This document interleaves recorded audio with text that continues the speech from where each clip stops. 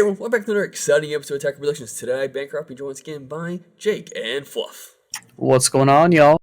What's up, beautiful people? And today, we are going over new releases that came out.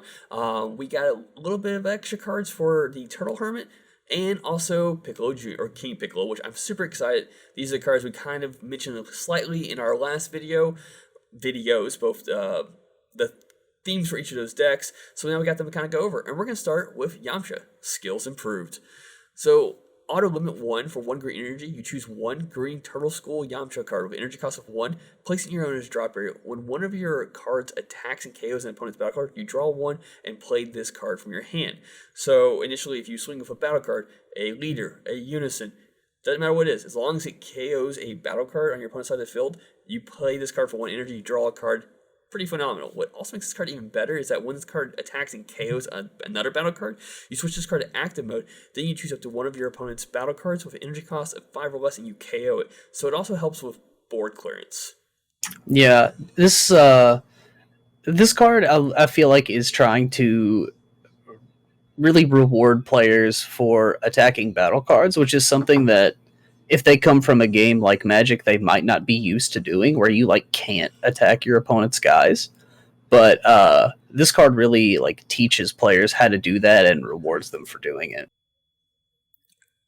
I kind of feel like as we kind of get to the next couple cards for the Turtle Hermit, or Turtle School, sorry, I feel like they pull inspiration from set 16's Beerus and Champa, because those were really heavily on the idea of KOing battle cards for effects, and I think they learned from that in order to excel in this set, which I think is pretty cool. So we're going to touch base on the next 20k for Turtle School, and that is Krillin. So crit dual attack, you're already starting out really strong. Same auto actually, but instead of a Yamcha, it has to be a Krillin, and you have to have 3 or more energy in order to get this skill off. But if they KO when one of your cards KOs an opponent's battle card, play this card from your hand. You don't get the draw on this one, which is fine. Like I said, it's crit dual attack, 20k. Auto, when this card is in a battle, when your opponent activates a counter skill, they discard 1 card from your hand. So initially, it depends on who you're playing against. Some counters have to discard a card already. This could potentially make your opponent have to negate, pitch 1 to 2 cards afterwards, depending on what they're trying to negate with. And I think for a crit dual attack, if you want to negate that and discard, go right ahead. It's either that or I'm critting you. This card is balanced incredibly well. With the Yamcha, you get the draw. With the Krillin, it already comes with so much packed into it. Talking about dual attack, crit, 20,000.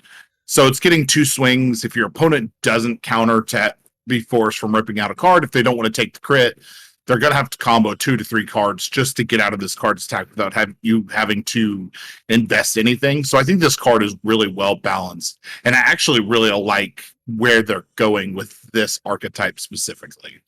I totally agree with you saying you like the level of balance on this card, because if you get to attack with it, it is guaranteed pressure. But it's susceptible to just about every counterplay in the game, which means that it's not a guaranteed source of pressure, which I really like. Yeah. But I'm okay with a 5-drop being counterplayed if I'm only spending 1 energy for it. Right. So the balance is great. Yep. And the third 20k that was revealed was Son Goku Skills Improved. So very similar auto limit 1 in order to play this card. So if you have choose one of your green Turtle School Son Goku Childhoods, energy cost of 1, place your own drop here. When one of your cards attacks a KO his opponent's battle card, draw 1, play this card from your hand. Very similar to Yamcha, which is pretty nice. What makes this one different from Yamcha is when this card attacks and KOs a battle card, you switch this card to active mode, and your opponent discards 1 card from their hand. So depending on what's going on here, you swing into a battle card. If they want to combo out, fine. On average, they're probably comboing with a 4k battle card in the field, and we'll get into that in a second. Or they'll just take the damage in this card. Sorry, they'll lose the battle card and just take 1 card from hand, and then eventually protect themselves afterwards.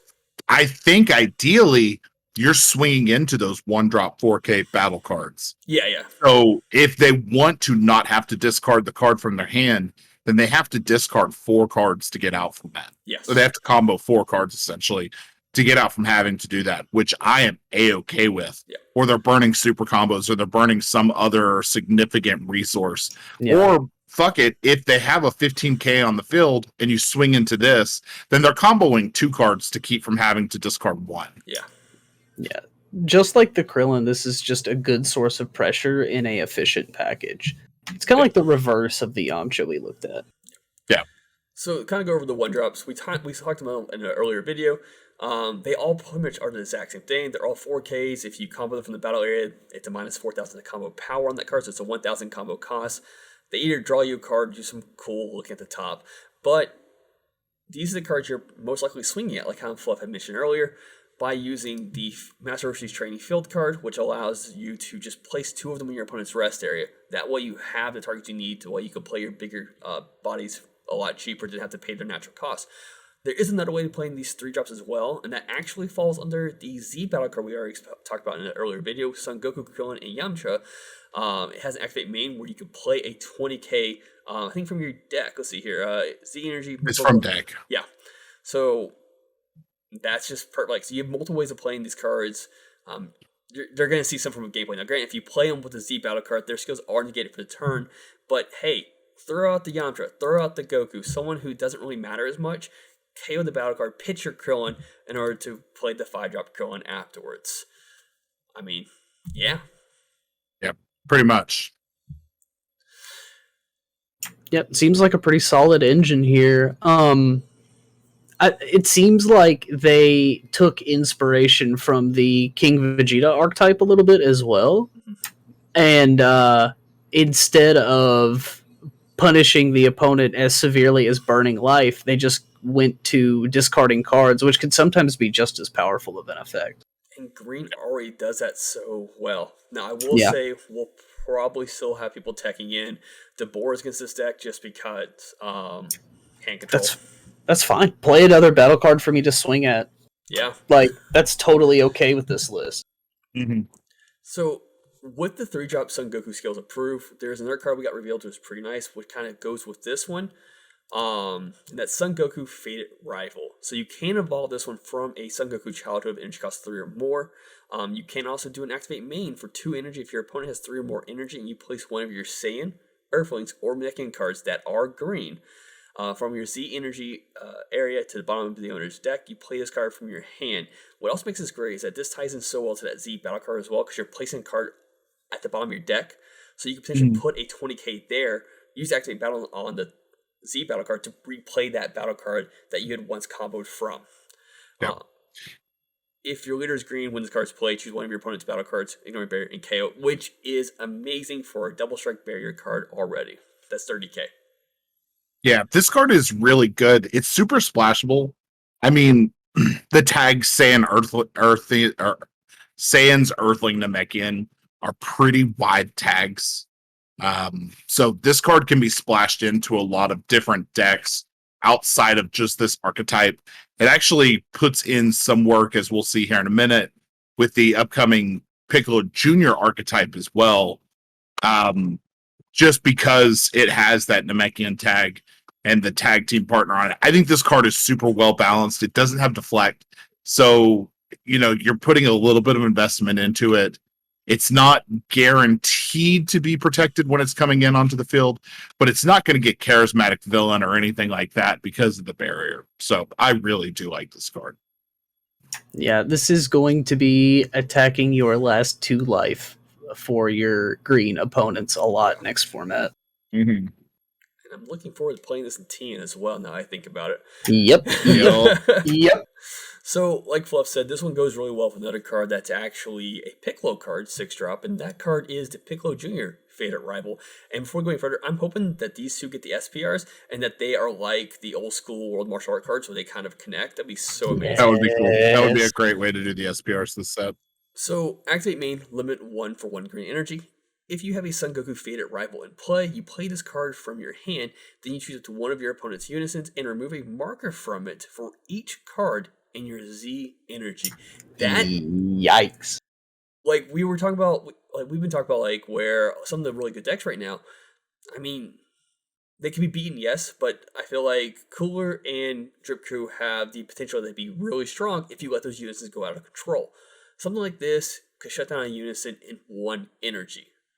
And Mhm. that's phenomenal. Now, granted, you do need Son Goku on board, so I guess initially 3 energy. But still, like, that's just amazing. I did say I felt like we were going to be getting cards that specifically countered Unisons more and more readily available to us. So I would look forward in the future to see more cards with effects similar to this that specifically are designed to snipe out Unisons for little investment, just to push people into playing the new mechanics. Because there's nothing worse than you spending 4 energy on a Unison that you're planning on utilizing to close out the game, protect yourself, manage your resources. Then your opponent just plays this card for 1 energy and says, nah, you just lose that because I have 4 as the energy.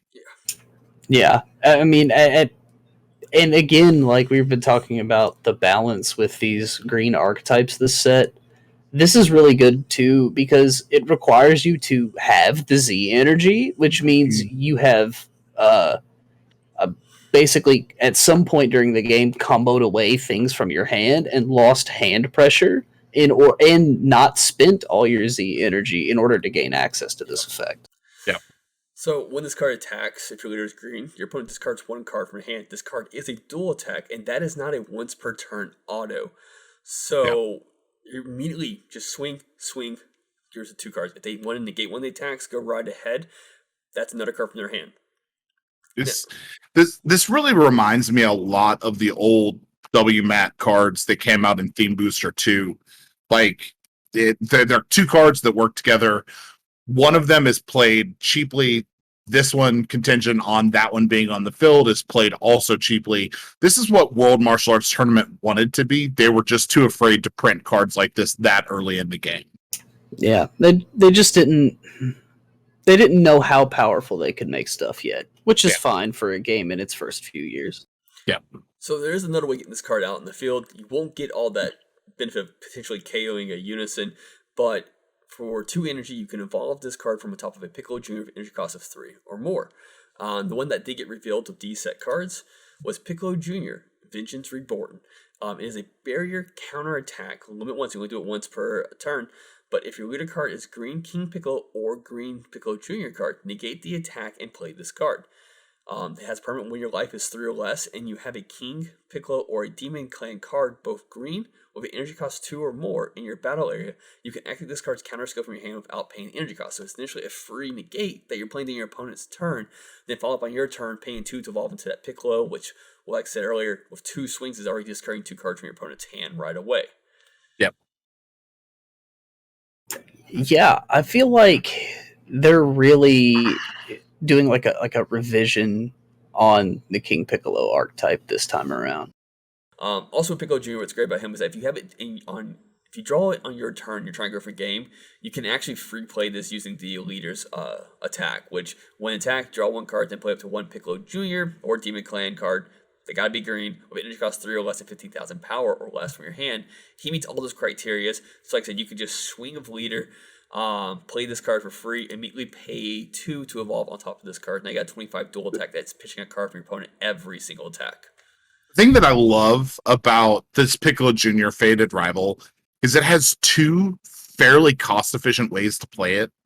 I mean, if you think about 2 energy in the context of green, we're used to spending 2 energy on Ribrians, which is just causing your opponent to rip 2 cards out of their hand. Well, for 2 energy in this instance, you're getting a dual attack 25,000 that also rips 2 cards out of your opponent's hand. And not counting the counters that they're going to spend to avoid taking this guy's attacks, or the combos that they're going to take, or the life that they're going to take from just having to deal with this card. But there's multiple avenues to play this card. I think it's really flexible, and it's one of the things that I think might elevate this archetype to a higher tier of playability, because it's less likely that you're going to draw a card and be dead with it when the leader can play the 3-drop Piccolo Jr.